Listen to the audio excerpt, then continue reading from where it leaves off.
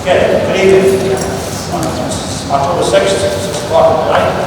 And this is the Hollis Board of Appeals. And we gathered tonight to help with our agenda. Others to elect officers, and others to hear an appeal. I'll introduce the board. I'll introduce the Administrative Secretary first. And there's that down. We have Dave Donald, Nancy Montetti, I'm Bob Shapiro, Scott Beck,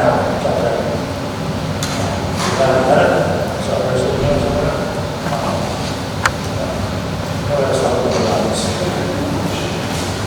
So, that's what I'm form, national design, here.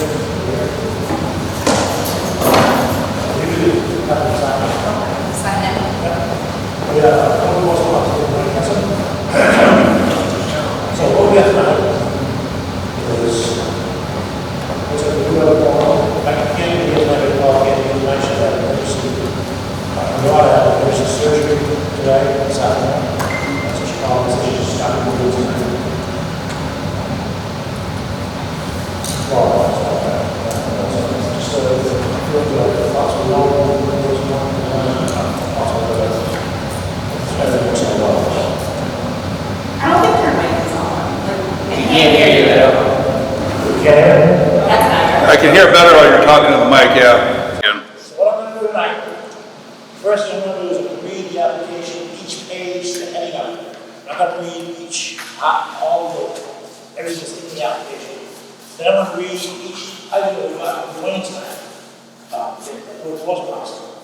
Then, if we've got any other correspondence related to this case, we can take that and I'll read that. It's not individually, but just what we've got. And that's part of the fact. So, initially, we have an appeal from Mr. Duncan, 300 Way, Hollis. This is the first page of our application form. This is the second page of the application form. She has a statement of appeal that she's done. It's attachment A. Then we have item B, statement of appeal. And this will be a continuation.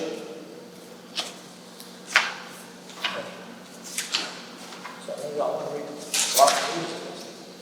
Page 4, page 5, page 6, page 7 is a plot plan. And this plot plan is this is drawn by a surveyor. You see? Here. Me. Okay. Okay, is this the plot plan drawn by a surveyor? I showed some surveyors that one. I can't remember which one that is. I see it. Oh, that one I did. I do that based off of the as-built that we have. Okay. Okay, then we have a copy of the town and Hollis account. We have a copy of first page of warranty E on page 9. Number 10, we have a transfer page of warranty E to Christie. And 11, more description, and number 12, more description also.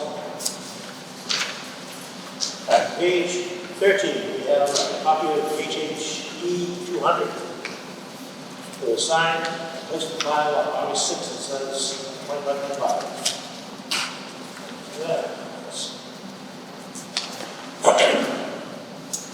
Then we have page 14, item 4, the HHE 200, sign placed in file on August 6th, 2025. It's just a part of that. Yeah, it's the same thing. Yes. Page number 15, another copy of one. We have a copy of a check, receipt of the check, and final fee for the hearing. And listed our money property owners. Letters were sent to. We have a copy of 300 Way, Hollis, Maine. We recorded subdivision plan. Page number 18. And we have subsurface water, wastewater disposal system. We received town halls, I guess, by December 21st. 2021. This is item number 319. And we have another one, page 120. This is the second one. Direct version says I get it.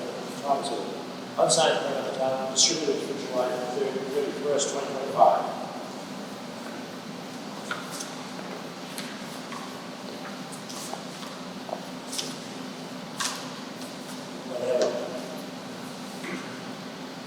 Email to Tammy Thompson, this is page 121. That's dated August 7th, 2025. Page 22, we have an aerial view of the subdivision.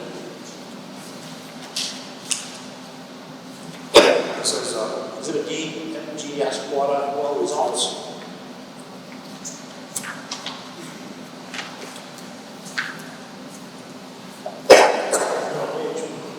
Page 23. Subdivision as built.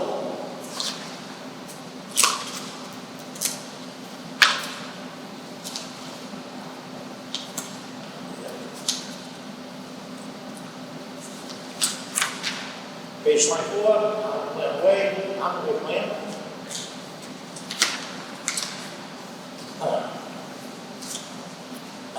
This is another copy of the receipt. It's paid for review. Field for checklist. One was denied hours by the CEO. And here it's good. Here it's good. Almost essentially, it's supposed to have to set it. Public reward notice.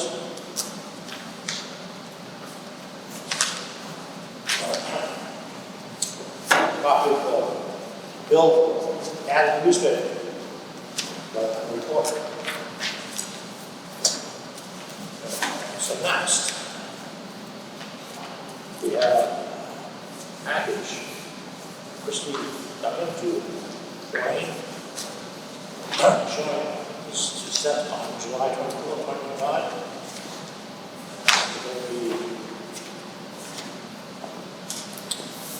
Sure.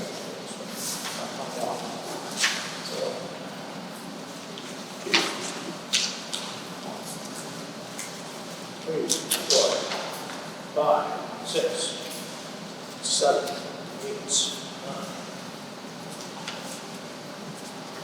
10, 11, 12 pages.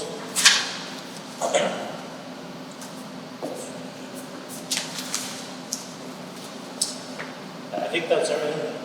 Christie Duncan, is that correct? So that. Okay, we have it.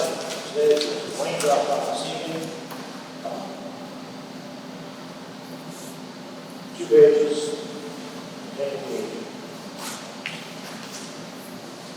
8 of 2322, and check for the subsurface visual water disposal system application.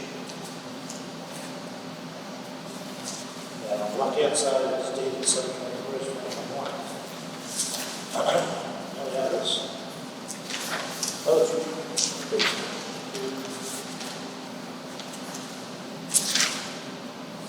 3, that's 2 pages here. But Christie Duncan, 2, Tammy, and Code Enforcement Office, August 7th, 2025, August 6th, 2025,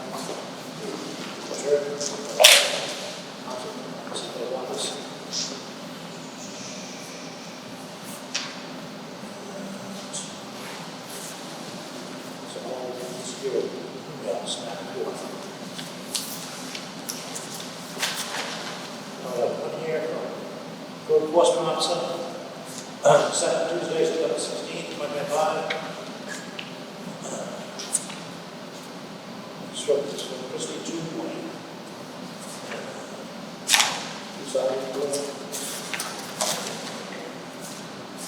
Suicide schedules, which we've got to get everything supposed to be.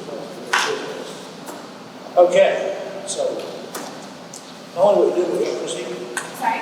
Are you Chrissy? Yes. Chrissy, would you like to present the case to the board?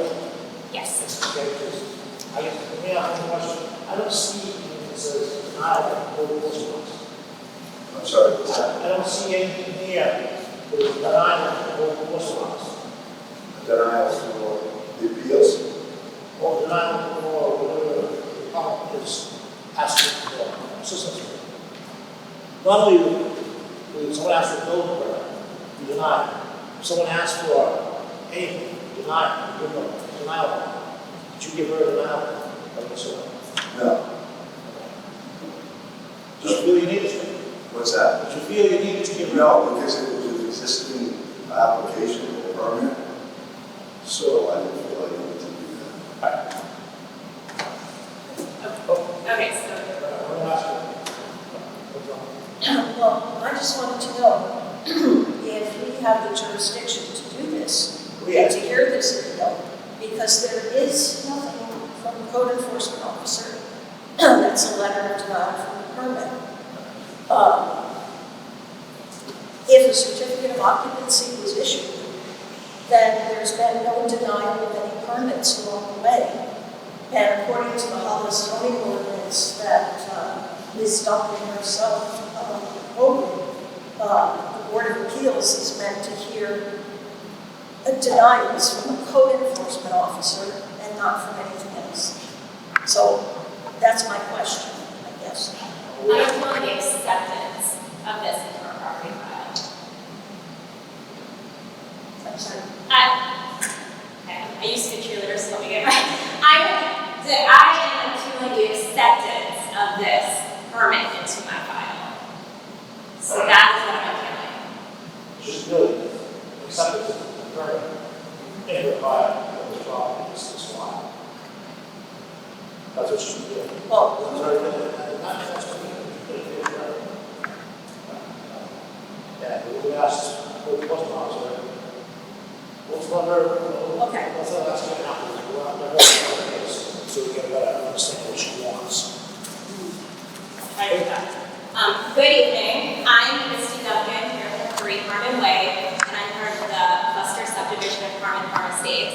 And I'm going to walk you through the key events and the documents related to the HHE 200 form that was added to our file on August 6, 2025, and the action I'm asking the town to take. So the Hollis Building Code exists to protect public safety, health, and welfare through compliance. The code enforcement officer is responsible for issuing building permits and certificates of occupancy and for ensuring work complies with main codes. A building permit runs 18 months and is not complete until septic, well, and final grading are done. A certificate of occupancy can be issued only after code compliance is confirmed. So this is a quick overview of events that led us here, and I'll touch on each date on its own individual slide.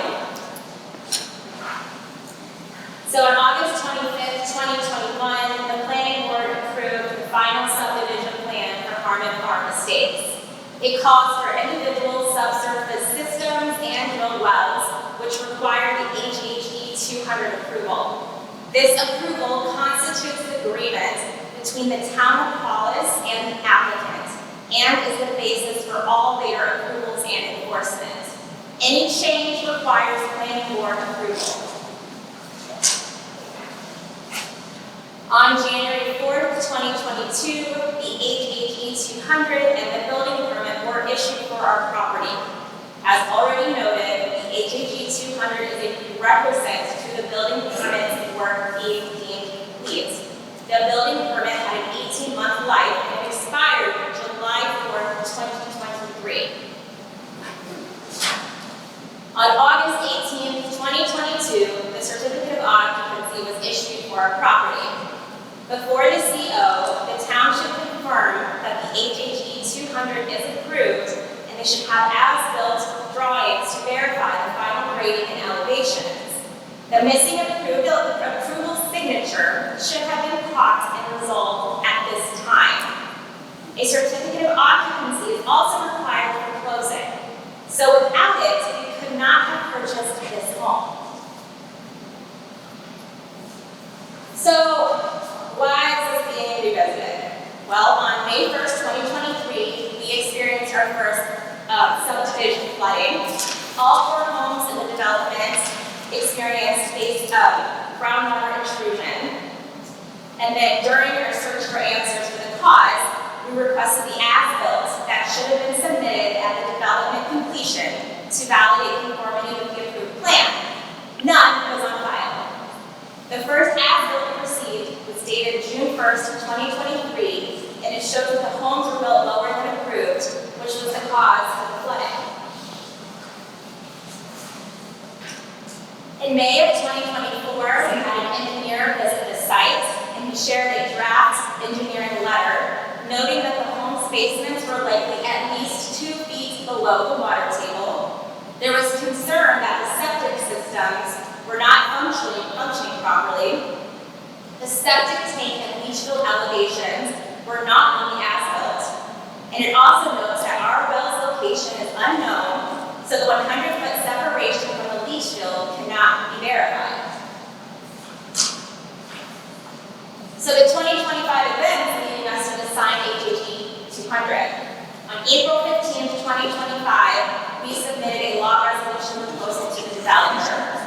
On June 26th, the developer arranged a third-party septic inspection in response to our HHE 200 concerns noted in the proposal. On July 1st, the town shared that completed septic report that states that the inspector does not warrant, guarantee, or certify proper functioning. On July 18th, when I asked for a status update on this permit, the code enforcement officer, who is also the LPI, stated that he could not sign it because he did not do the inspections. On July 31st, the town distributed the unsigned HHE 200. And then on August 6th, the town accepted a newly signed HHE 200 into our property file. So going back to our original timeline, on July 31st, the town distributed the unsigned HHE 200 to a contractor. And then on August 6th, the newly signed HHE 200 was added to our property file.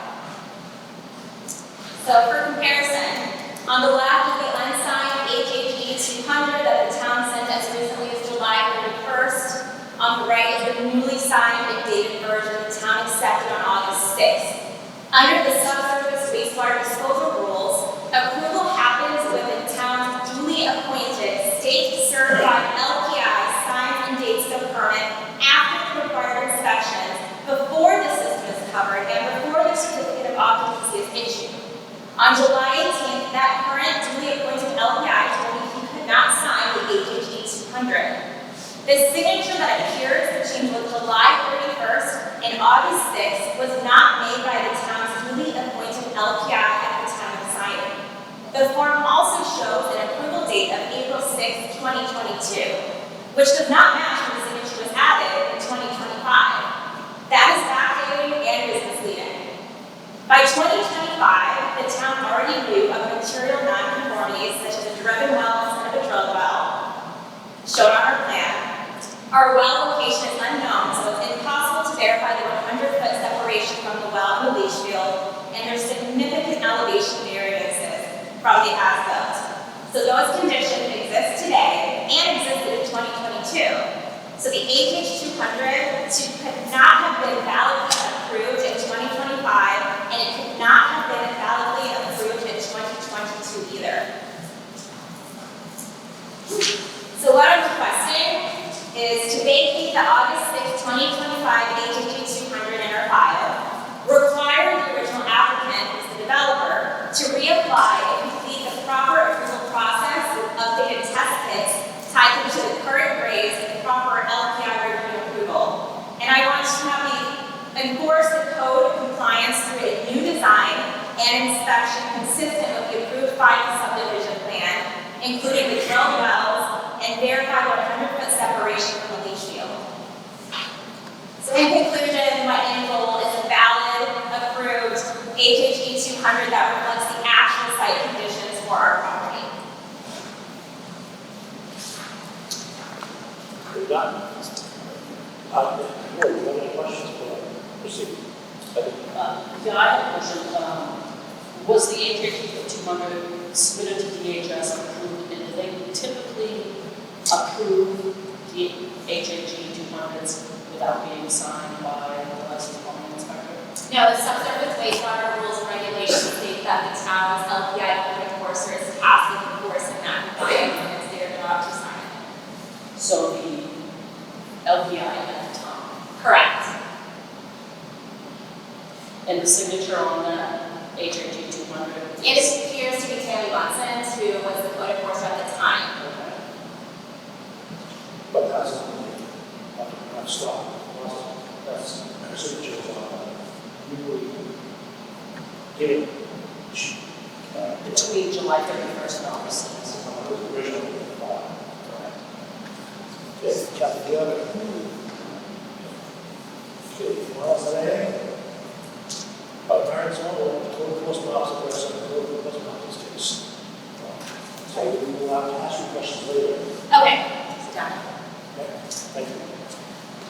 Dwayne? Yes. Explain. Don't let's start with this. Well, so as we all know, this is a big situation, and it has been, for the residents of Watkins. But I was trying to be, hiding anything, I was trying to help my kids out. She said, as I read to you guys, how would we get this out? I checked when Boston State Subsurface and Site Evaluator. He said, we cannot sign, we myself, or the TPI, who did the inspection of the property, I was there that day, looking down into the van hotel was there. So what they do is they just state that at this time, it seems to be working as it should. I thought, not knowing this, having not done this before, I thought they were signing off as well as I think the Duncans did. So when I reached out to Brian, I said, no, you do not sign off. You know, that's the TPI. The report they had would get put with the packet. So that being said, Mr. Duncan got back to me and said, well, it still doesn't give us one signed off. So we tried to be helpful, which shot me in the foot. I reached out to Tammy Munson and Tammy Thompson, the admin at that time, and he's still working with us. And she looked back and she keeps a log of when the code officers log the inspections. And Tammy did go out these dates according to Tammy Thompson's log, which to me Tammy's here. And Tammy did not sign off. Tammy Munson, the code officer. So I reached out by phone, asked her if she could do that, and would be willing to. And Austin said she could. She said, yeah, no problem. So back that down on August 6th, I think it was. But that being said, we know that I was doing something wrong. But that particular slide that been signed and unsigned, if we should go back to that. Slide 12. Who's in control of that? It's all. Yeah. Oh. Slide 12. Sorry, what was it? Yeah. I can't even see it, so that's me. Here. So I this time you said, and I'm not questioning, but the left one is the original one, Yes. and you said it's unsigned. Yes. But technically, it's not, it's technically by Tammy Munson, if you see the top signature.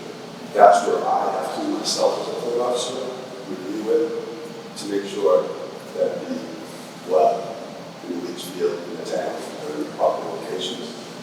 That being said, you are correct that it didn't get done yet on or at that time.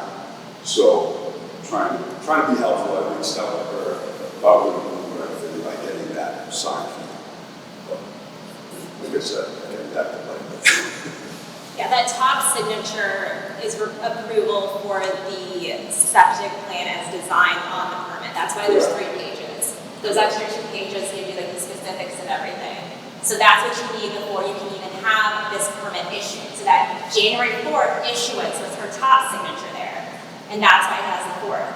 But that second box, those should be happening. There's 2 times of inspection. The first time is to make sure everything's clear, like vegetation's out of the way. The second time is to make sure it's installed correctly before everything is covered. So again, as a prerequisite of the building permit being deemed complete, this should have been caught A, before it was covered, because it is covered, or B, before that certificate of occupancy was issued. But my other point is, even in 2022, we have a driven well instead of a drilled well. So right away, we don't comply with what our final plan states and what this permit states. Number 2, we don't know where that well is. So how can you tell me that it meets that 100-foot separation in 2022 if we don't know that in 2025? And now we also know the elevation differences, which the town should have been aware of had they received those as-built drawings when the development was complete. So there's many reasons why, even if she did inspect in 2022, there's no way that this should have been approved. It doesn't meet the plan specifics. So that's my argument. She's not a valid signer. The dates don't match when the signature was added, because it was added between, it was a 7-day period in 2025. And then even in 2022, the site conditions do not meet what was approved on that plan. So adding this to my file makes it appear that, oh yeah, this was done prior to the certificate of occupancy, but no, the town is aware of all these nonconformities. So once you place this approved permit on my file, you lose all the leverage that you have to enforce the applicant, the developer, to correct these issues. You have no way to tell him to correct anything if it's deemed done. So you lose your power to enforce when you accept that. Can I ask who designed the well septic and all that? Mark Hampton, I think, is their site evaluator. Yeah. Do you know what the position he works for? No. Himself. I'm sorry. Himself. Okay. And just because I don't know, are there pictures usually taken during inspections that might? No. Probably should be. And does Brett, I'm sorry, what did you say? Mark? Mark Hampton was the site evaluator. And that's another thing with you. You said that the dates were in the log. But for inspection, there should also be the inspection report that she completes. So is that also in file to correspond with those dates? No. Okay. That's the thing. So that's the other thing too. Like I said, there's no way it was approved then because it doesn't meet conformity now. And without those reports, again, I have a question for you, Brian. Yeah. So, this is a standard requirement for the subdivision to have this plan, and have it inspected. I'm going to continue something. When they do those inspections, do they place flags where the walls are, where the septic is, or do they get accurate measurements? Say that again. Do they place flags or some type of measurement, something to point to, measure from, in order to get the accurate measurements? So if they're setting it out, they can say to a buyer of these properties, yeah, the wall's over there, it's 125 feet from the septic system. Why can't we do that? Well, most of the time, and this stuff he said most of the time, it's a drill well, so you can see the casing, you can measure up. Chances are, if you look at the design, it's not Mark Hampton's fault. It was supposed to be, it's the contractor and Cutter who decided to do this. But back to your question, if that was a real well, then yes, it would have been much easier. If it's a point, then yes, they should have flagged it. Who's paying for the electricity that drives that pump? Say that. Who's paying for the electricity that's driving those pumps? Who's paying for electricity? Yeah, so if she shuts off the power at house, that means that most of them are. Yeah. Is that true? You shut off the power? I have a generator, so if we lose propane too, then yes, that's the problem. Alright, so that means she is paying for the pumps, just to get mine over there. Well, the pump is in the basement, and that point is run out through the basement into the ground someplace. Someplace through the, You know, the one is. what's that? Yes, inside the house, with the location outside. Yeah, no. She knows the location is really well. The drill, So haven't been, I got hold of, what's the guy from San Marquis. Is it? Marquis was the one who did the. Yeah, I got hold of him, asked him if he could come down. Yes, I remember where I did the wells. I said, well, it says in the plan, this wasn't true. They went off, they put points. Yes, I can do that. The Duncan's verified that he was putting flags in where they pretty Thought. sure, yeah, he thought where it was. They were pretty sure, now it's not either that, but we did. We never exactly that. So they were just blind by us. He had to fix my well, he had no idea, he had to get the line when I came out of the house. Came back. He came back because I kept on getting aeration in my house. How far was that? Maybe 60 feet from my septic system, maybe 60. I can even show you where the grass hasn't grown back yet, because I have to Remember reseed. Jay started down in the basement? Yep. Yep, and I have actually where Marquis came and refixed it, it's less than 50, maybe 60 feet from my septic system. And he had no idea where the actual point was. He had to dig out till they found where the line came, and then he teed it to the line and put it down, like I said, maybe 50 to 60 feet away from my septic system. He had to do the same thing, they didn't know where ours was either. He had They no just idea. had to follow it, and then they just like kept digging around trying to find it, because we had aeration as well, and they couldn't even figure out why we had aeration, so they just kept moving the well. They just kept moving it around, and it was, So if you subdivision, you don't know where, sure, it's all the time. I don't have any of the wells. Well, none They of did us it do. until they. I just know the general area, which it should be somewhere. But they all should be drilled, that's the plan. Our subdivision plan says drilled wells, we have 4 driven wells. So right away, that's a change from the approved final plan, this has never gone in front of the planning board. Like, we shouldn't even be this far into it. They should have been caught at the latest August 18th when they were gonna issue our certificate of occupancy and been like, this isn't right, let's look into this, and they should have realized by then that everything was wrong. Okay, so we have to do one. The planning board issues a permit for a subdivision plan, Yep. and you have to follow that. Contract, yeah. So in this case, BH2 Weapons Hire, they're supposed to go out and periodic testing of the road and things of that nature. Contractor who puts the foundations in is supposed to be going by this plan. But like they stated, there's no elevations, that's what we're going out by the town engineer. So it's a mess. But you can't issue a permit unless the subdivision is signed off on the plan. Correct. It's complete. Correct. And they can't say it's complete unless everyone is right. It's not at that level that got passed, right? Yep. So it was presented to the planning board, it was presented as 4 drill wells. I think that's how And there's conditions to this approval from the planning board, that they, conditions that they need all these. Yep. The septic also says drill well, I just didn't include that in my snapshot. You guys have copies. Yeah. So, look at this thing, when never signed off on this because they couldn't have because it wasn't complete. Is that correct? If they didn't sign it, they could. No, they were signed off, because if it wasn't signed off, they couldn't get their approval to move it into the field office, but they didn't get it. So they signed, when was signed off on not knowing? Correct. No idea what the law was like. Correct. The planning board approved the subdivision plan. But then after that, it is the code enforcer that oversees the construction to make sure they conform to everything that was approved. So the planning board only comes back into play if there is going to be a change to that approved plan. But the planning board's also supposed to point out there was no elevations on the plan. How did that get passed? I don't know if there's anything. There's some, but not enough. He said 3 feet below where we're supposed to. So here's what this is like.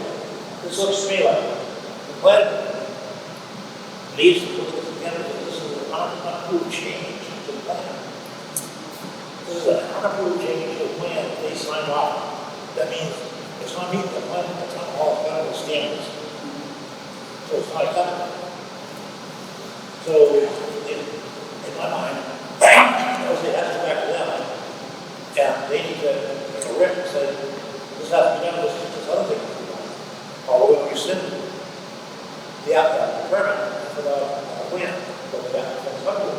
don't see how it's gonna be. Because you issue, or somebody else issue, your permits are good faith, thinking that everyone was not to standard. Now it's been discovered, the stuff was not done to the standard of the plan would issue. So that's an illegal change in the plan. It's gotta go back to the plan. I don't care who would be taking it back to the plan. Who would order it back? So, I see the issue with the contractor. The planning board approved what was presented to them. The contractor didn't follow the plan. right. But now you have a plan that's been illegally altered. By the contractor. Right. Or somebody illegally altered. But because it doesn't meet the standards of the plan would issue, it's gotta go back to them. Because it is something different than is on the face of the earth that they did not permit. They did not permit this change. Or the applicant can put in the system he was supposed to put in. I want my drilled well, 100-foot separation from the leach field. This permit's dead, it expired with that building permit July 4th, 2023. He needs to go through the whole process again, and I want it done the right way. We all want it. Ban until January. Then have that. January. We've gone through the same issue on the way.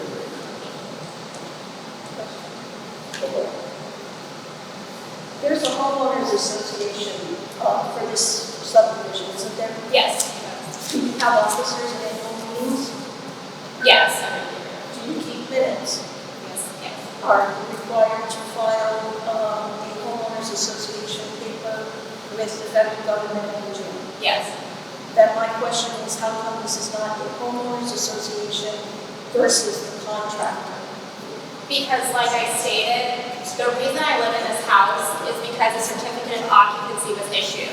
That certificate of occupancy should never have been issued because one of the prerequisites right there just had the signature added in August of 2025. I moved into my house in July of 2022. This is something that should have been handled by the town because that final subdivision approval was the agreement between the town and the applicant. The town's obligation was to make sure that the developer made everything in conformity with that approved plan. It was their responsibility to go through your checklist, like you guys did when we got here, to make sure this is done, this is done, this is done, and this is done. All of these things should have been done before I moved in. So these are things that the town needs to use their power to enforce and make the developer correct. Because you guys have the ability to, I don't. I've been trying to work with the developer, hence why I sent the proposal in April. But again, I don't have the ability that the town has. You guys have more power. You guys can stop his noble way, whatever other construction he wants to do. I don't. The other issue is there are 4 different families, and for 2 of the homeowners sold their houses to 2 homeowners that didn't know. So again, this is very messy. It's not as clean as this is just an HOA versus developer. In my opinion, the town should have caught these before we moved in. I should not be here. And then moved my guy out from the house I purchased onto Noble Way. Because of how much my previous homeowner was complaining about my house, Van made a deal with him and put him on Noble Way, which they're having another issue. What's your name? My name is Jay Boucher. I live at 2 Harmon Way. Yes, sir.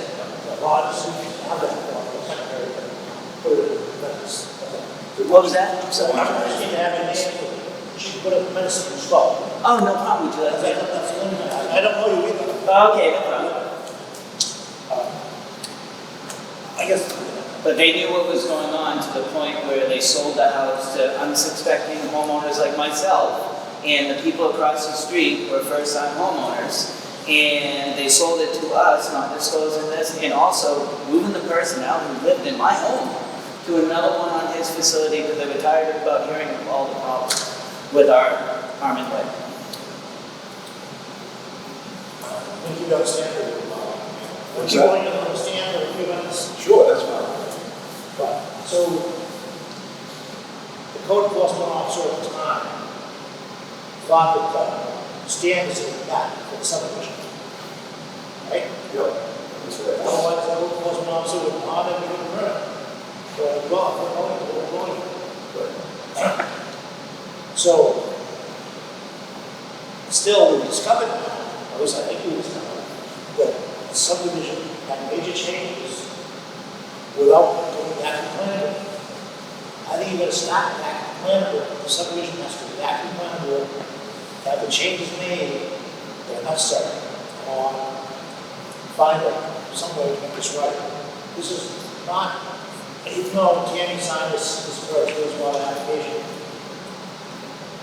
after April 6, 2022, date, she could have signed it as seen on April 6, 2022, with today's date decided. She could have done that, and it would have not done it. But what's happened here is you got a subdivision that doesn't meet the planning board standards. Well, it doesn't meet the planning board standards, it shouldn't have been permits issued. I think the subdivision situation has to be run back to the planning board. And really, whoever did it, because it wasn't, the standards weren't met, they are the ones that were liable in the end. Because they did something that was not right. They made changes that the planning board did not want them to make. They made changes to the plan. Because you understand why the theory is what we're here? Yeah. They changed or made to the plan, but were not allowed to by the planning board. The planning board never resaw this. Yeah. So it's gotta go back to the planning board. And whether you read the planning board, you say, you gotta say, what's gonna happen? Because if they, the planning board can now say, what are the board of appeals? The board of appeals discover certain things. If there's certain things that can be done because we need our plan, and this is what we're gonna be able to do. That's the way I see it. Yes, I don't think it's the court's fault. What do you think, Jack? I don't think the planning board would approve what's happened, even if they submitted a new application to match what's happened, because the elevation isn't right. They won't approve it. Another aspect is the road, like it's impossible to put the road where it's supposed to be, that's a separate issue. But I do agree, I think that the entire subdivision plan should go back in front of the planning board. I think we should talk about the current site conditions and what can we do given what we have to decrease our risk of flooding. And to at least give us the safety measures of having a drill well, because that's the other thing too, without that, like now that we have a lower elevation, those test pits they dug to confirm the vertical separation is far enough from our leach field and our water table, we don't know if that's valid. And then when we flood, we have all of the standing water that's circulating, and then so now we're at a big safety risk. Like we have the driven wells instead, we don't know where leach fields are, they're lower, like there's so much going on, and we just need to, we can't go back and lift, bring all the elevation back, but we can try to figure out what can we do now that we're in this situation and make this safer. And that's what I've been asking for 3 years. But instead of enforcing change, we're just signing things away that it's okay. And that doesn't fix our problem. I didn't say it was gonna fix your problem, I was just trying to be nice. Oh, I didn't say that. Trying to be helpful, but like I said, it burns. I have a copy here of the planning board minutes for July 28th, 2021. Not the current chairman that I see sitting over there, or members, but there are 1, 2, 3, 4, 5 things that the planning board specified for this subdivision, and one of them will be developed so that all principal structures within the subdivision shall be constructed with their lowest floor, including the basement, at least 1 foot above the 100-year flood elevation in accordance with all the Hollis ordinances. And at the time, the planning board answer was, this property is not located in a floodplain. And they voted 401 for question 112 and gave it approval. So I'm in complete agreement with Bart. The planning board here, I think, needs to review their minutes from July 28th, 2021, see exactly what they listed the contractor to do, and then take it from there.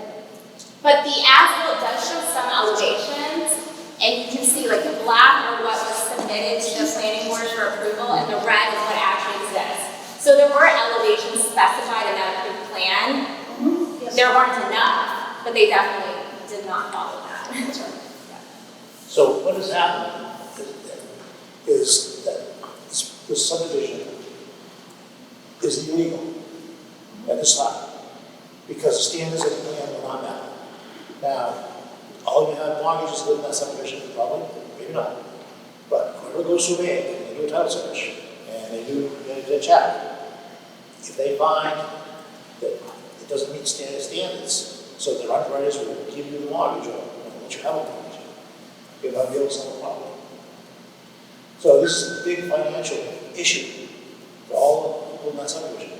And it should be a consideration for the town to go after and make this right, because this is taxable property. This is not, and it's being taxed now, and it was done not to the town standards, not to what the town plan wanted.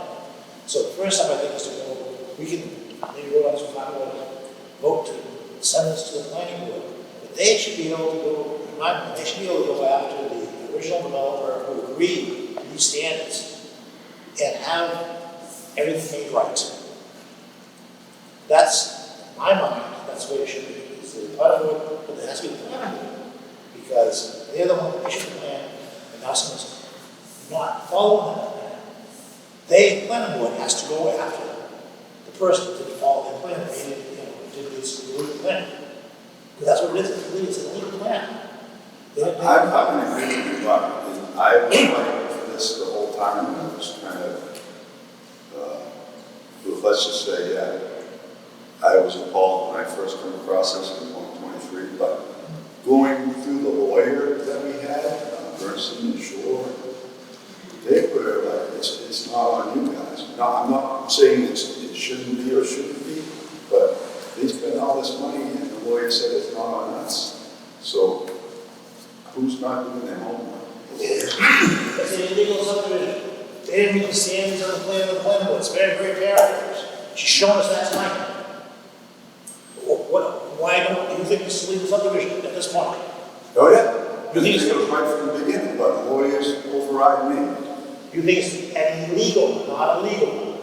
Illegal. You think it's an illegal subdivision also? Same as I. Yeah, oh yeah. It's not correct. So I mean, there's an aquifer in that area, and the geologist, the test was done, never said nothing about that. The subdivision that was done on Wakefield Road, that was noted in there, the geological study was done in this, the Waterboro quadrangle aquifer. Nobody mentioned that in their study, which would go right through there. a couple thousand feet away, you look across the 202, and with all that land was all straight on its pond. Yep. All right, so you look around and see what is in the area. In any event, I think maybe we should discuss this. We'll sit down today and we'll discuss this. If there's more questions for you, we will. Sure. But normally what we do is ask the public if they want to ask any less question or anyone else in the audience a question. So I'm going to go with that vote first. So does anyone here have a question for anyone else here, including us or Dwayne?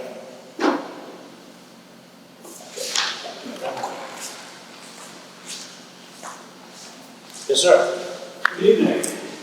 Greg McPherson, resident of Hollis. Just a couple questions. Nancy, I know you can pull up from the 5 findings of facts from the plan. You said it had to be 1 foot above the 100-year floodplain. 100-year floodplain and groundwater can be 2 different things. So I think I want to double check the plans to make sure that the 100-year floodplain is mapped on the site plan, and that they're dealing with groundwater, not floodplain. So those both could be correct. It could be not in a floodplain, but also be built within the groundwater table. So I'm not saying that's what it is, but that's just my 2 cents there. And then I guess my question would be, what mechanism do you believe the planning board has to deal with this? As this project went through the whole planning board process, as our ordinance states, it had public hearings, it was reviewed, it was voted on, the whole, as the site plan, as it's drawn, is approved. However, it is not built to meet that site plan. So how, I guess I'm misunderstanding how it can be the planning board's now job to go fix this when they approve a plan that works. And I haven't studied this myself, but it sounds like the plan works itself, it was built to plan. So what mechanism would the planning board have to go fix this after the fact? Okay, so it was not built plan. Correct. It was not built plan, so it didn't meet the standards that the planning board voted on it to meet. Correct. So it has to go back to the planning board to meet those Correct. standards. So you can call whoever it is that said they met those standards, call them in, invite them in, and say, we want this subdivision to meet these standards that were agreed upon by the planning board back in whenever. Okay. I understand what you're saying. I think we agreed on the plan was approved, and the plan was not built, and it was not built to plan. But the planning board doesn't have any mechanism to go back to the builder, the contractor, the GC. The mechanism that is in place are bonds and code enforcement officer. The planning board has no mechanism to go back to this developer and say, hey, you need to do this. The people that have that are the select board and code enforcement officer, or the, holding that bond, but I believe the bond has been It released. was released in January 2022. So the mechanism that the town has to fix these problems, which is the bond, performance guarantee, etc., has been released. So the town has no mechanism to fix this. And I guess putting on the planning board, I'm not seeing what they can do. There's a lot you can do. If we, as the board, say, you need to revisit this illegal subdivision and make it so that it's and notify the powers that be who took it and made it this way, to have them make it legal. If they can't make it legal, then they can take court action. Because they didn't meet it, they didn't make the standards for the town. And somebody who's tiptoed around us, these standards were not met, they would have made this property right. But when the planning board approved this, those standards were in place and that would have made this property right. Because they weren't followed, the standards weren't followed. And we're just discovering this now. It needs to be brought back to the original subdivider to bring this to the town and make it right. You as the planning board. I'm a resident, I'm speaking as a resident. You're in the road, but I don't know you're anything else. Okay. There has to be a way for the town to make the subdivision right for them. I think we're in agreement on what needs to happen.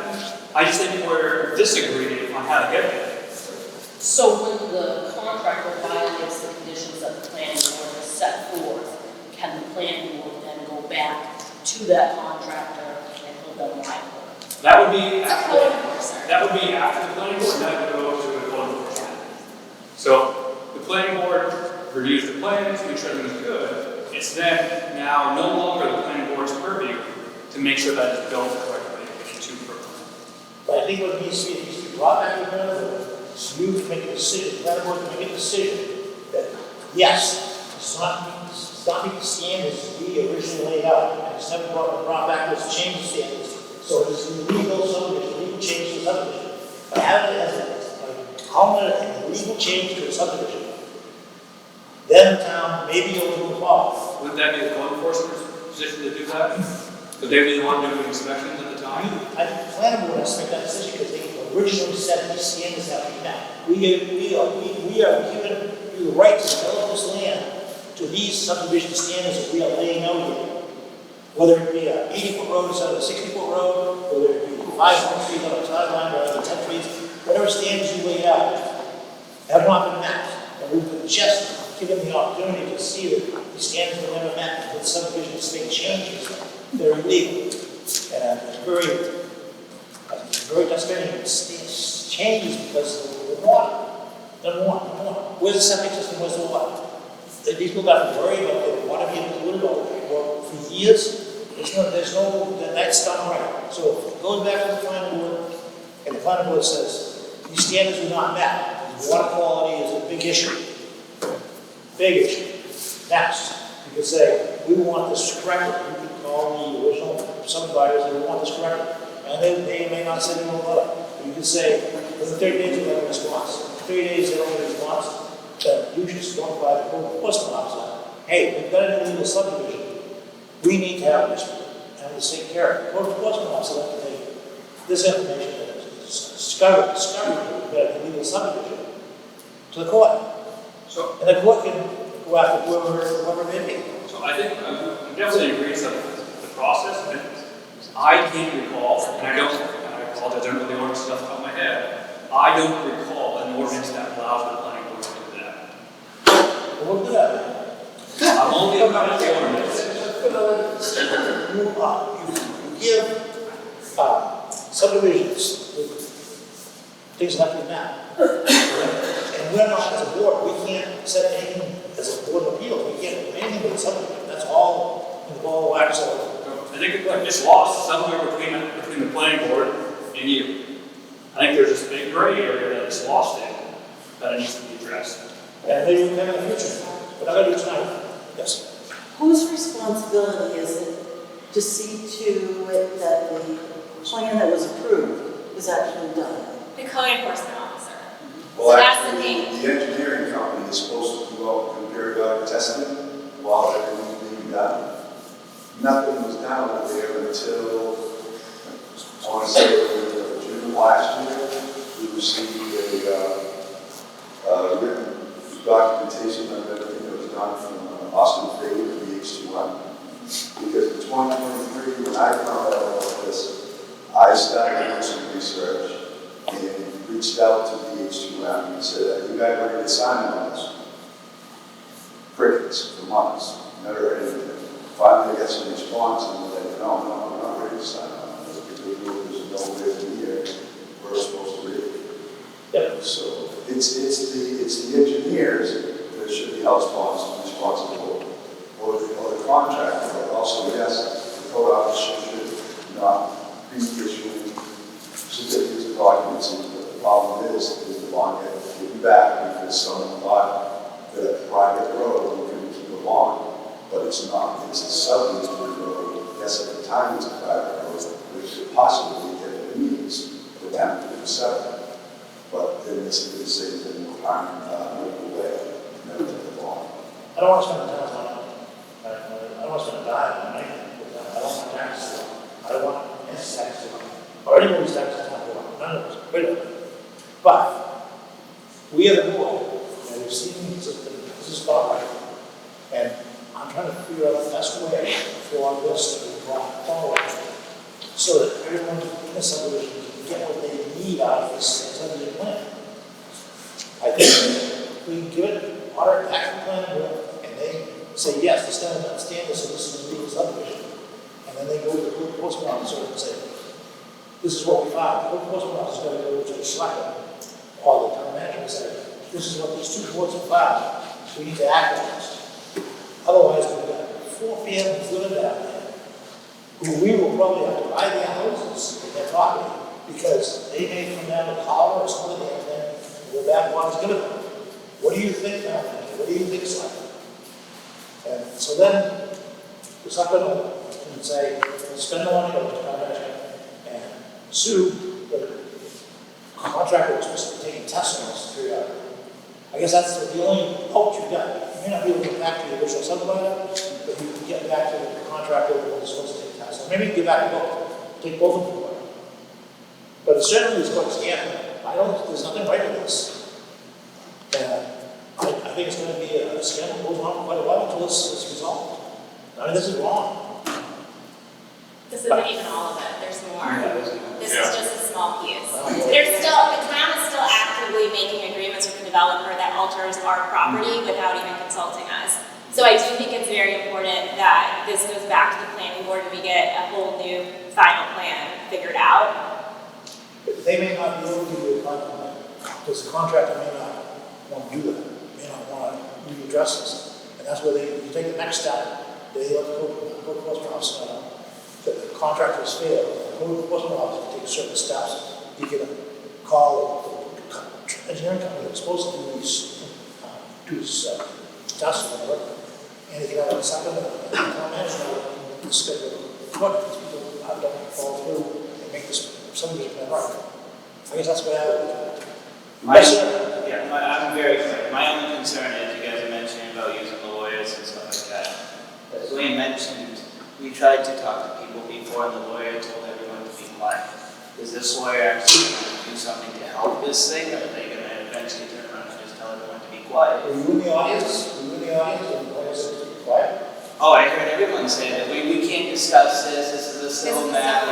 Absolutely, I was here. You can look at What are they gonna do? Just get up and stand up and say this? It's gonna be resolved. Well, we tried it, we all did. I mean, you can see the meeting, you can ask Mary, you can ask Wayne, but the lawyer told them to not say anything, not do anything, especially Mary. There's also the civil matter. So that's my whole thing. You guys hired a new lawyer. How do we know this? Like, one big concern I have is this lawyer still have the same kind of ideas as the previous lawyer? Or is this lawyer actually going to fight for the citizens like the way the original lawyer should have done, but they told them to be quiet? I see where you're, I have not. I'm just worried I don't watch the TV shows and stuff going on at all. I don't have any meetings or whatever. But I would say, you know, because the lawyer says it's a sewer matter, that means you're gonna sue him. So you got to go after the lawyer. I mean, so that means You're gonna go after the lawyer, you're gonna go after the developer. well, And the contractor was hired to inspect it.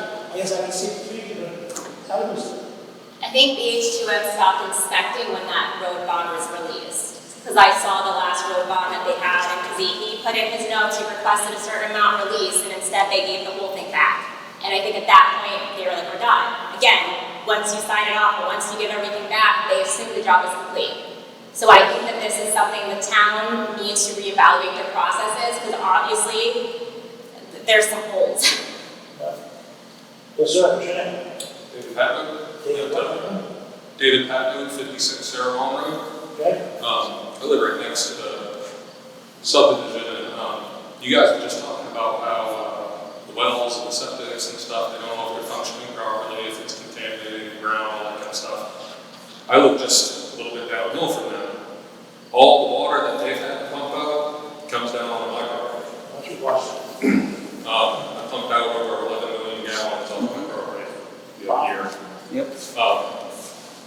So what's to say that that hasn't damaged my well and contaminated all of my property? And the next neighbor down from me, he had so much water on his property, he had a brand new four-wheeler that was completely underwater. So it's more than just that. And I keep hearing the contractor this and the contractor that, and that's all well and good. But if all the town does is rubber stamp whatever the contractors or engineers or whoever shows them, then what is the town doing? Like the whole point of the planning board, code enforcement, whatever, is to make sure that whatever the contractors tell us that is going on is actually going on. Yes, that's right. Yeah. Right. And you guys just mentioned, you know, the lawyer, the select board themselves said, we can't talk about it, it's a civil matter, the lawyers advised us. So this has all been going on for a while now. You're the first person that has said this is wrong, which is what we've all been saying since the beginning. Well, it's the first time I exposed, so I haven't seen everything you guys are doing. I'm gonna go straight to you next time. Yeah. So, Seemed like you just want to do it Because right. the state record is being utilized, it's also the state that's involved, because it's subject to water disposal system.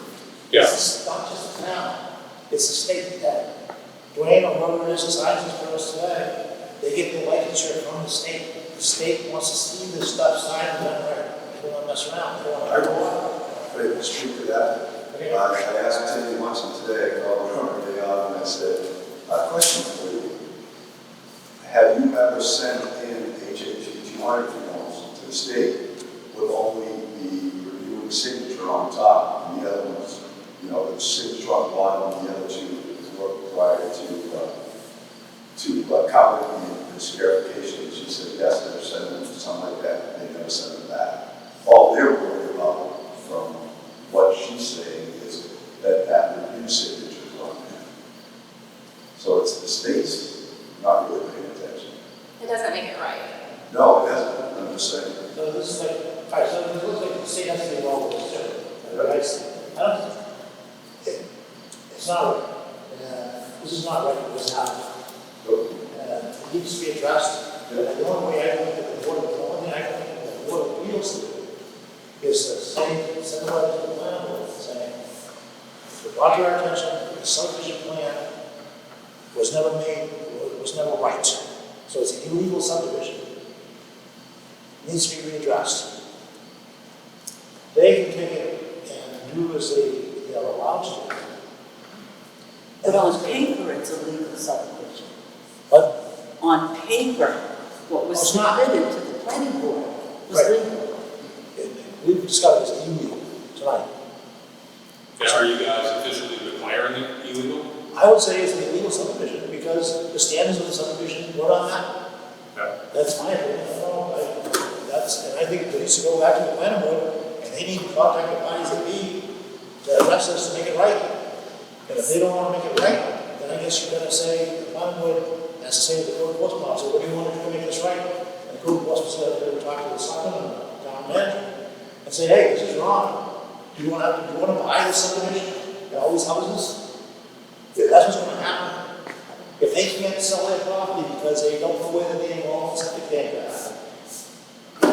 Then they've done that. I'm not saying I don't want this stuff to get. But that's a couple of certain steps. We have to say as a board, one thing, to get it back to the planning board. And the planning board can review what we've said and say, geez, you're right, it's right, it's a legal subdivision. And then they can go to the selectmen, to the code enforcement, and say, what are you gonna do about this? We gotta make this subdivision legal. We can't have a legal subdivision in town and have people buying property and living there illegally, in a legal subdivision. I have a sincere belief that this is illegal. Believe me, I've been on that side since we started, but the lawyer that took over, that we no longer have, the new lawyer, new company, they looked at all this and said it's on the contract, so I don't know if this is. Then maybe you get another way. If we give tonight a judgment, our judgment is based upon the information we've reviewed and seen, just what we've heard. And we're going to see by documents, this is an illegal subdivision. And we're going to send it back to the planning board, have them address it, make this subdivision legal. And then the planning board's going to have to go after, send a letter to the original subdivision and say, it's been discovered that subdivision is illegal. Come make it right.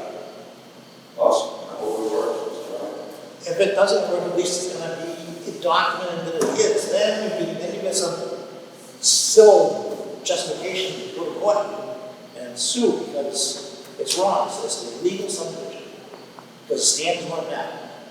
And it's been purported to be a legal subdivision. It's not. It's illegal.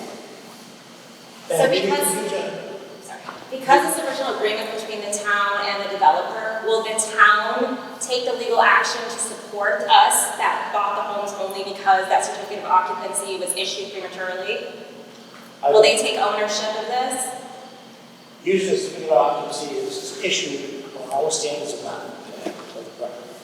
And obviously, if you get back 5 steps to this here, it's not met. But the certificate of occupancy means that the wiring looks good, faucets work, stuff like that. So, this is the original bar that has to be jumped, and they didn't jump it. They didn't make it over the bar. So it's going to be brought back to the planning board. That's what I think. So. Yeah, I agree. You know, this is definitely a legal subdivision.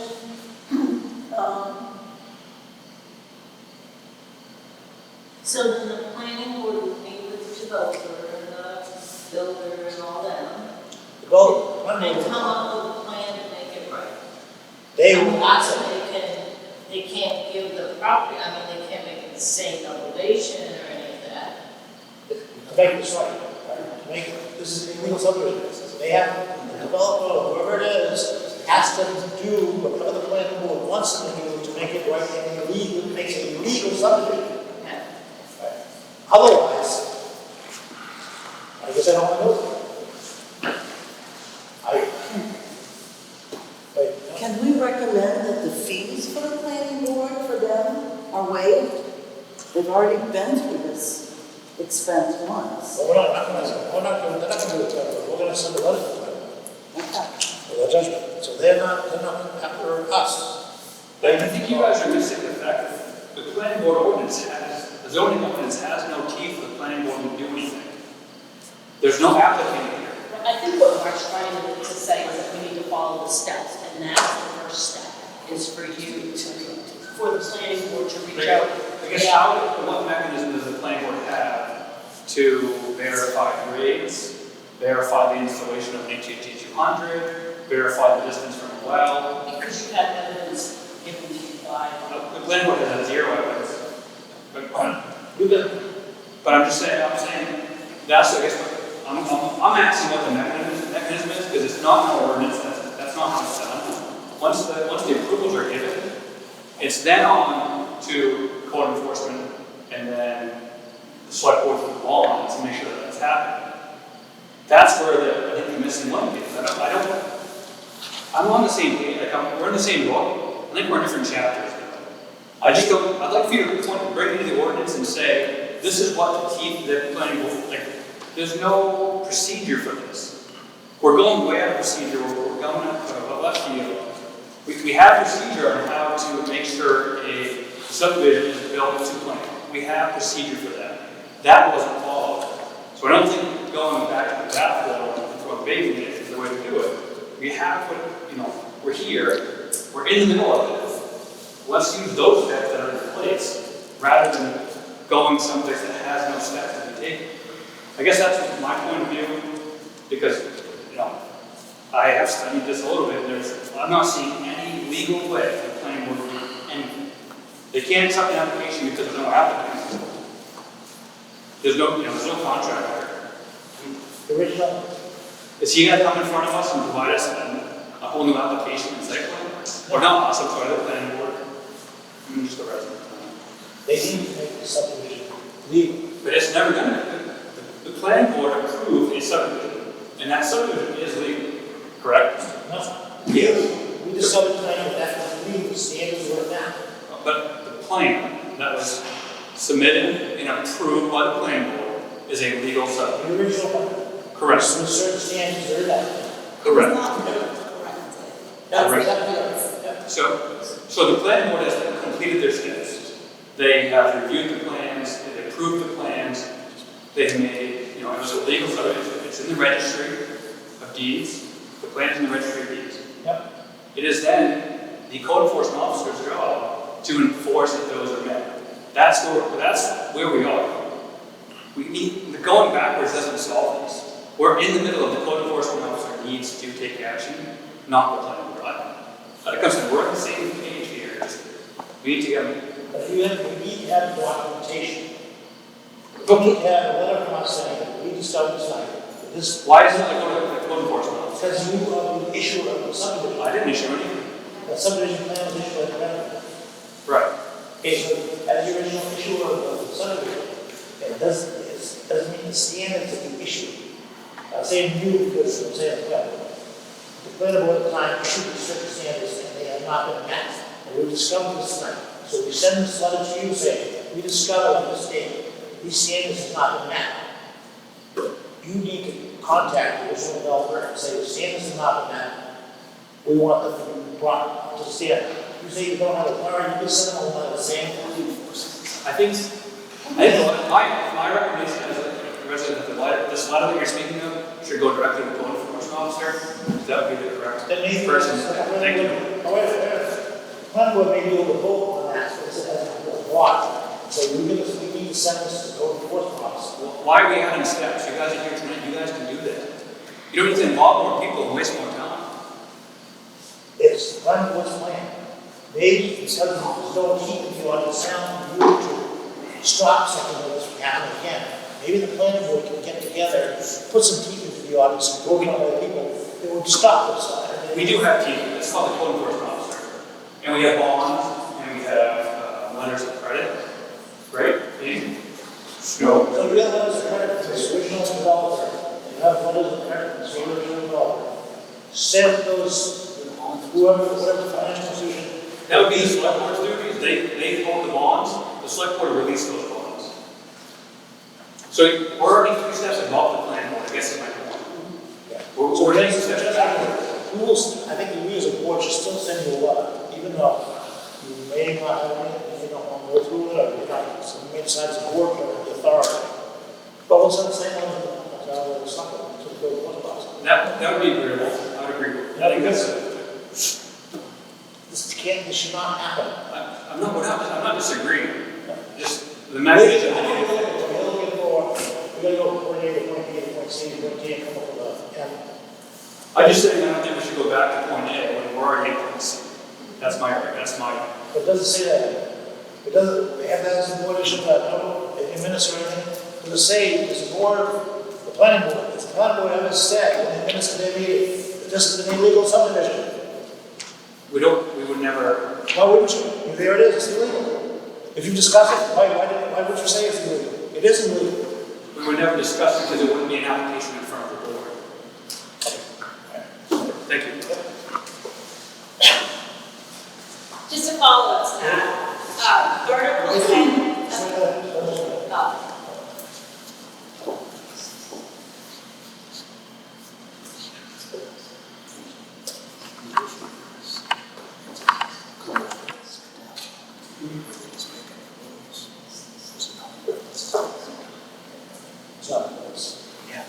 But, so Article 10 of the subdivision regulations for enforcement, it specifies that the inspecting official finds that any of the required improvements have not been constructed in accordance with the plans and specifications. The inspecting official shall so report in writing to municipal officers, the planning board, and subdivider or builder. So in this case, like the subdivision regulations state that the code enforcer would write that letter I believe you're speaking of, and that would go then to the planning board so that they're involved. So I do think that it would be Dwayne being the one that initiates. it's gonna land on the shoulders now, because the public was at the time, is gone. Yes. So it's gonna land on the shoulders. So and that's fine, I can see where you can do it. Yeah. Because building code, the subsurface wastewater, everything says it's the code enforcer that has the ability to enforce the code and to issue the violations. So I think at this point, he should use all of his power to go after them. Right. But I think as a board, we need to make sure that everyone knows of this. The fact that this subdivision is illegal, yet it was allowed to sell lots, and housing was able to be put on. And now, it's been discovered it's an illegal subdivision, several years after the fact. So maybe it was a change to the way we are our ordinances. Dwayne? Yeah, I know it's not addressed to me, but I take my job seriously since I started. I'm trying to change things in the town. There's 3 subdivisions that I've come across now that didn't have a performance guarantee. So now we're getting on top of that, amongst other things. But I just feel like, you know, it's been to this point, and I don't know why, and I'm in agreement, a lot of these guys know, I've talked to them personally, it needs to be addressed. Well, myself as a code officer, you're saying I'm the one that has the jurisdiction, or has the authority, but I have select board members above me, so I have to ask them if I can do something. That's right. And that's where it got turned around before. Why have a planning board ordinance, why do we need subdivision plans if they're not going to be kept track of and held to a task? It's not the story. I hear you. Maybe the public opinion is people start seeing this, they're going to say, why do we have all this trouble with subdivisions? No sense in having a subdivision ordinance if you want to follow through and make sure it works. So maybe that public will force the selectmen's hand and say, yeah, we're going to have to do something. We're going to have to spend some money and get an attorney that's going to fight for us, get these things made right in these subdivisions so that the people who are buying this property in the town of Hollis have the property that they thought they were buying and the rights that they thought they had. Because I see where their rights are being tended. We were told by the last lawyer too, the town meeting with the consent agreement with Van Hertel Jr. To get these trees planted, you know, the common lands that were stripped and the trees cut and stuff like that. And then it's been told multiple times, myself included, to Mr. Hertel, that he's supposed to inform the residents when people are coming. He obviously hasn't, you know, Christie had to address the situation the week before last, I think it was. And Van came in and admitted right to Tammy Thompson and myself, yeah, I didn't get hold of it. It's like, that should be off, that's the agreement we had, you know? So, Apparently, this job is make sure the subdivision, that stands is plan. not his job, he just pays, he just writes the checks. It's BH2M, it's supposed to be doing, in the code officer asking for these things, but it didn't get done. Well, maybe knows the stuff that get done. People go to PH2 and say, you gotta start doing this stuff. I paid you this money to do it. We've been telling them that for a while. We've had personal meetings with him. He absolutely knows all about this. When you said you had discovered He tried to three buy it. different subdivisions that haven't met the performance guarantee, are they all by the same developer? No, two, Van Hotel Junior was Hyman's Way and Wednesday, and then the third one I discovered was Pelletier, on Eagle. So this developer seems to be showing quite that. Yeah. And other things. I understand, planning board, I understand why the planning board really doesn't think it can be right here. They can, because they keep complaining to the slide and the public. Well, they have to be tied so that they can have subdivisions enforced, and they have subdivision standards enforced. I can see that happening. So I think decided, we have as a board, given what I'm, two parts of the same. Standards of the subdivision have not been met. They need to be met. Same letter to the selectmen, same letter to the post office. And we date it, we sign it, and see what happens. Because things have to change. You can't have a planning board issuing plans and subdivision plans, and then nobody following the criteria of the subdivision plan. Why do you want it? Does make sense? I mean, if the standard's not met, that means the value is not there in the land, but people are buying it, that's why it's in the subdivisions. And if there's not, then you go all the way down to the shrubs and put in that stuff there, common ways, whatever. But wait, if that stuff is not being done, then the standards aren't being done. So, yes? One more comment to make. The fact that I have to spend $500 to have this meeting with you for somebody in the town to say I agree is very disheartening, because I have been asking the select board for 3 years for help. I've been trying to talk to the developer, and there's been no movement. So I really appreciate you acknowledging that there's an issue here, and I do think there's a lot of processes that need to be improved. And I really hope that the homeowners that are now stakeholders of these properties, because those certificates of occupancy were released, I want to be involved in these conversations, because it's impossible to have our subdivision look like that final plan now. But I think that we need to try to figure out what is the best that we can make this given what we have. Because what we've been trying to do now, piecing it together behind the scenes, has not been working. If we need to make this public, everybody needs to be aware, Van Hotel needs to be called out, and we need to be serious because we released his fines, we greatly decreased any fees or fines that he has been given. He's been fined, but then for some reason, they've been decreased. So there's no incentive for him to do anything. Like, you guys are letting him, not you guys, but I feel like the town just let him get away with so much. It's time to say, we're done. There is a hold right now on any of his new permits coming in. So Yeah, but he puts them all different names. But It's that's not to subject say that his father, Van Hotel Senior, can't be worried with that. Well, that's the decision you make on this, not me. You make a decision like that, you have to have their approval to make it. If I can issue a building permit to certain individuals. Right, so again, I do not issue anything right now until things are resolved. But for Van Hotel Senior's father, we have no violations, outstanding violations with him, so he can fit into the town and start the development like we want to do over on Main Street, over the year wanted, possibly it's 24 lots of it. Yeah. I have no answer for that. I have a suggestion. But it would seem that we, as a board, we can't do much. Okay? We can only follow the ordinance for us. And I think in this instance here, we're allowed to hear this. We're allowed to hear the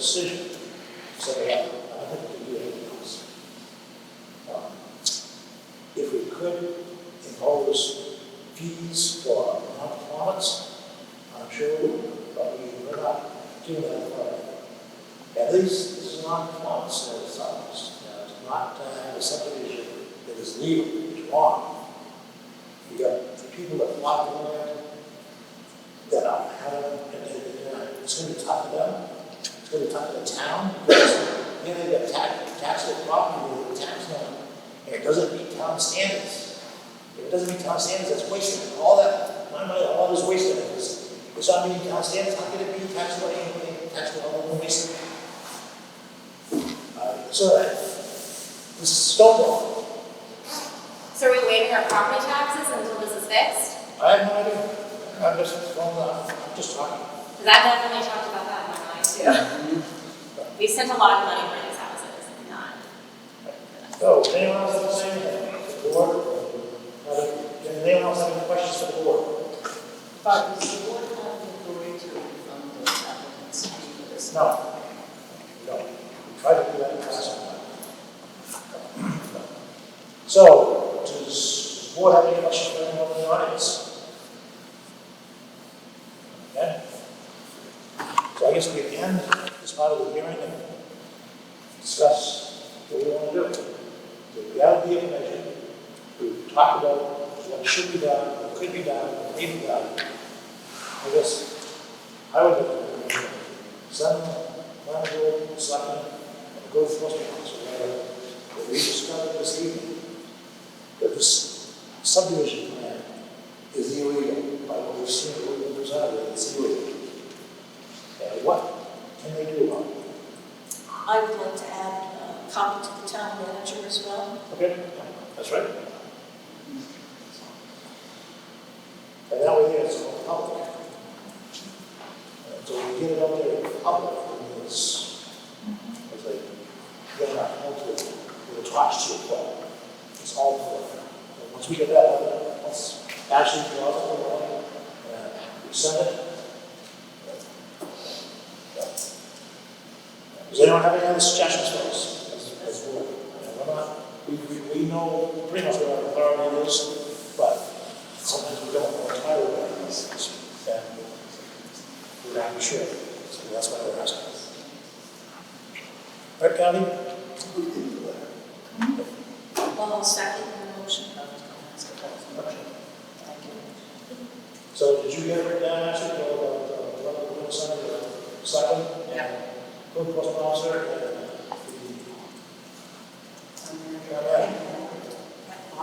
yes. Are we asking these people, are we asking those people who are sending the letter to what they're going to do?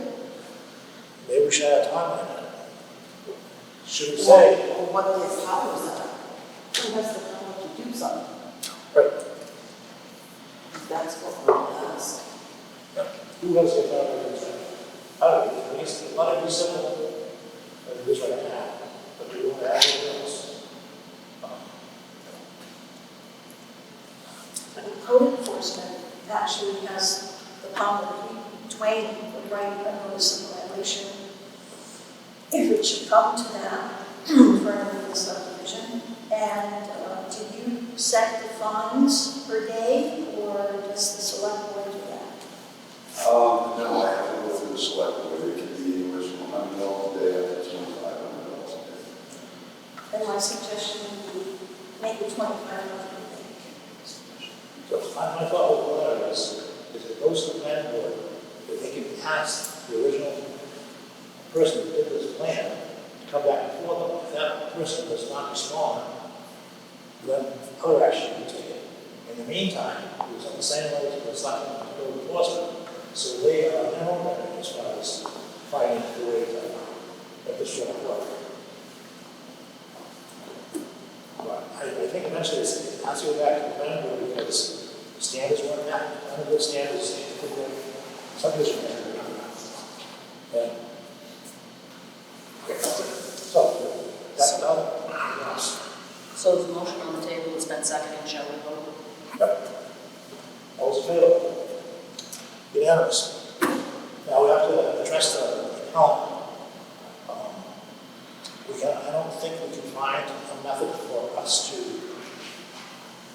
give her what she she wants. I give her a house, they want to live right there. We have to do it for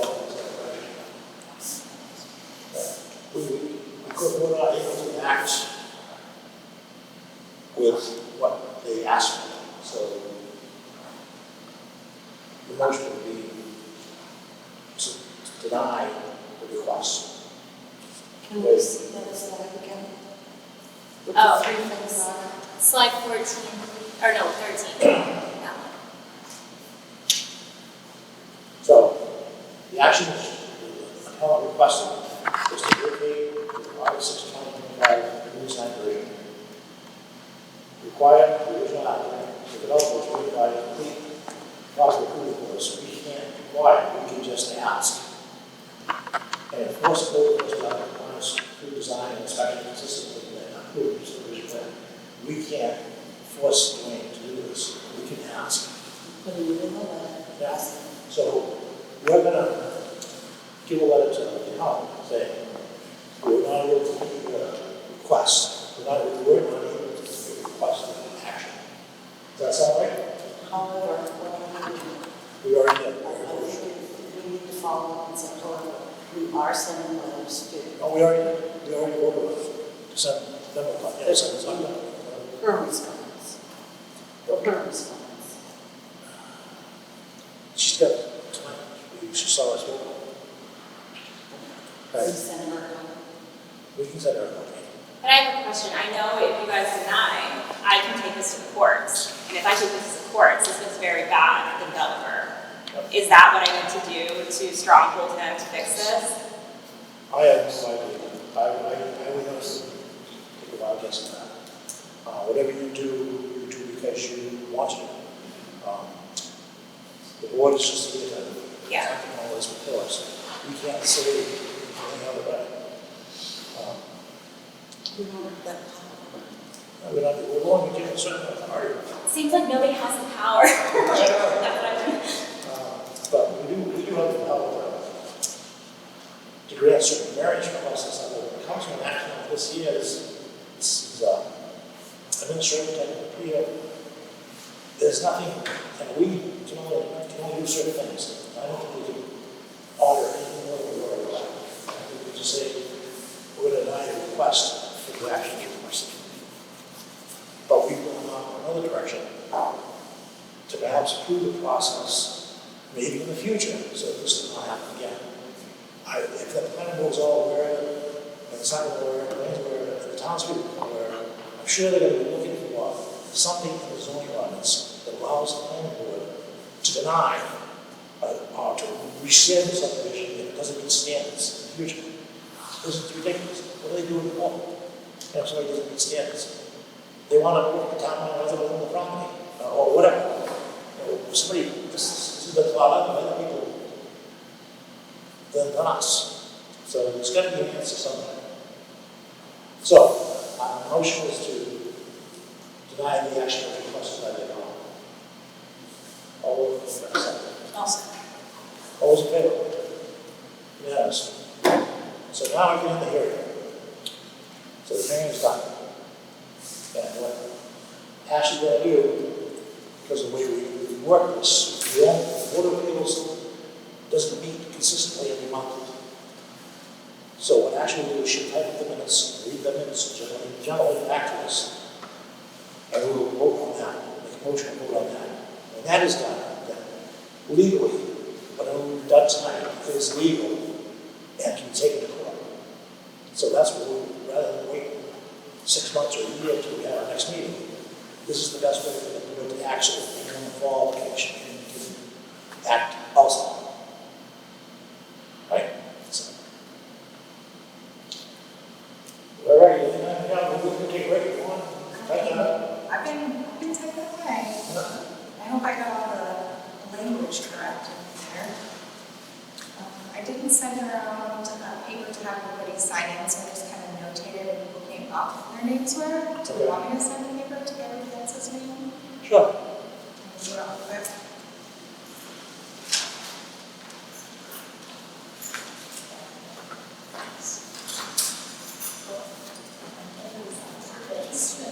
That way you'll.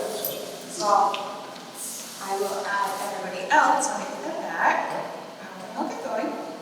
So the meeting minutes for administrative review of Christie Duncan, application number 221-01700. The quorum present, the meeting was opened by Chair Marcia Crew at 6 o'clock p.m. at the Hollis Town Hall Arena. Members present, Faith Plummer, Nancy Pinzetti, Art Shapiro, Chair, and Kathy Harriman. Others present are Ashley Gow, Mary Hoffman, Dwayne Jensen, Greg McPherson, Jay Boucher, and David Patton. I'll add everybody else besides me. Election of officers. Ponzetti motions to keep officers as they were. Harriman seconds the motion. Motion approved 4-0-0. For new business, we have Christie Duncan, administrative appeal for 3 Harmon Lane. Shapiro summarizes appeal by going through the application page by page. Application is complete with 24 pages provided by applicant. CEO provided emails. Write a copy of emails.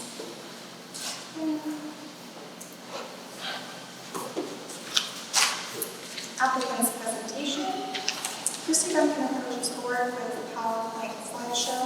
Applicant is appealing the acceptance of a permit into a file.